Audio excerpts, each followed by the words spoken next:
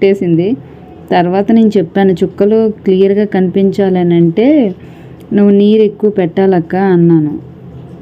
సరే ఇలా పెడతాను అని కొంచెం సీరియస్ అయింది. పౌడర్తో చేసాము, చుక్కలు పెట్టాము. తర్వాత ఐటెక్స్ ఉంటుంది కదా, ఐటెక్స్తో రెడ్ చుక్కలు పెట్టింది.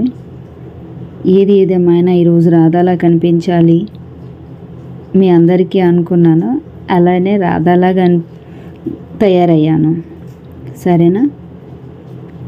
ఇంకా చాలా ప్రాసెస్ ఉంది తెలుసా.